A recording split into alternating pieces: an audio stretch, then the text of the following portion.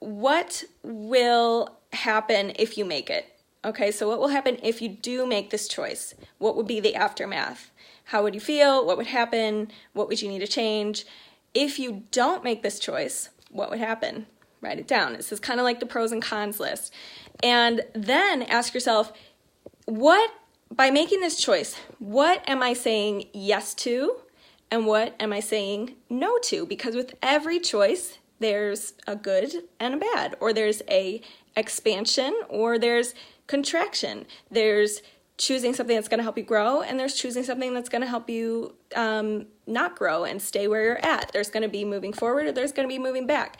So ask yourself, what will happen if I do this? What will happen if I don't do this? What's the cost of not doing it? That's a big question. What is the cost of not doing it? Because so often, especially when I'm talking to clients who are thinking about investing in coaching, they think about what the cost is to do coaching, meaning the investment, but then they don't think about the cost of not making the investment in themselves, continuing the behavioral patterns that they're in, not growing, not getting the resources or the guidance or the structure that they're really looking for without having to look for it themselves all the time.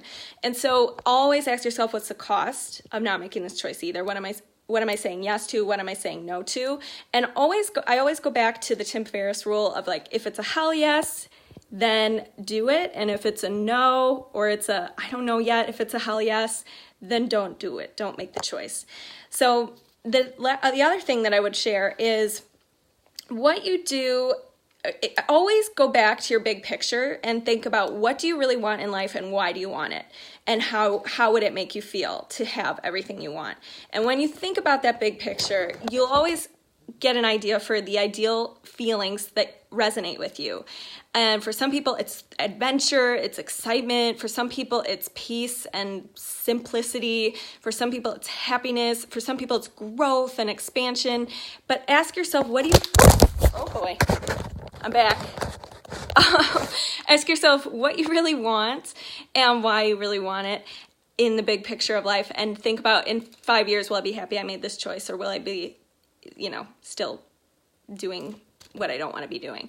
And also remember to ask yourself, if you're having a hard time wrapping your head around a choice and you don't feel like doing it, but you know it's the best thing for you. You don't feel like doing it in the moment, but you know it's the best thing for you. Just ask yourself, how are you defending staying small? How are you defending keeping that bad habit? And if I were to pay you $2 million to not do the bad habit, wouldn't you be like, oh, heck yeah, easy, super easy? You probably be like, yes. So you set yourself up to either convince yourself to do something or not to convince yourself to do something based on what you think the immediate gratification is and the long-term costs are. And you weigh those out in your head and you make a decision based on which one you feel better about right now. So use your mind, the power of your mind, to convince yourself of the choices that you want to make in the long term. Your higher self, whatever your higher self would tell you to do, think about that. And kind of use the power of convincing yourself or persuading yourself of anything to work with yourself, not against yourself, not tease yourself, not, persuade you to make a choice you'll regret later. Persuade yourself to make a good choice now and why you would feel good about that. And then the other tip that I would say is, I don't know, I lost it. Oh, is this choice expanding you, expanding your horizons, expanding your growth, expanding your opportunities, expanding your network, expanding whatever, your habits, or is it something that's keeping you closed off? Is it isolating? Is it something that's in your comfort zone and going to keep you there? Is it something that's going to have negative consequences later? Is it non-cooperative? So ask yourself those questions and you could journal about this, you could think about it, you could write it down in your phone, you could go for a walk, whatever. Get in a mindset where you can go through these questions and make a decision. And the biggest tip, I want to make sure I went through all of them. I think I did.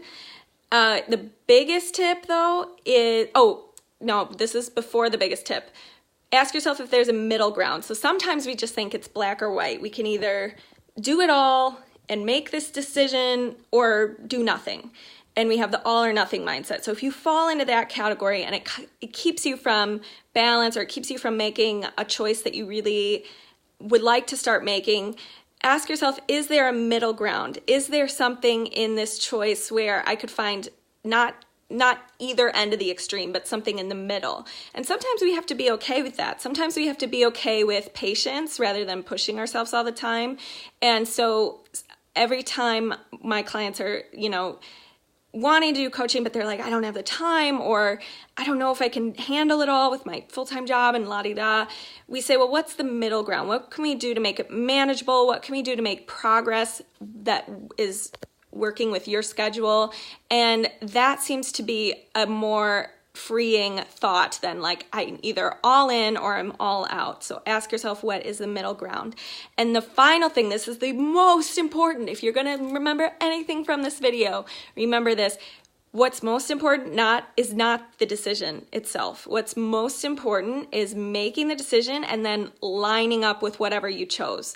Lining up and owning whatever you chose and making the most of it and rising to the occasion and doing whatever it is that will allow you to grow and sync up with that decision. So if you made a bad choice, the best thing you can do after you make that bad choice is say, okay, what do I want to do differently now? Where's my head at now?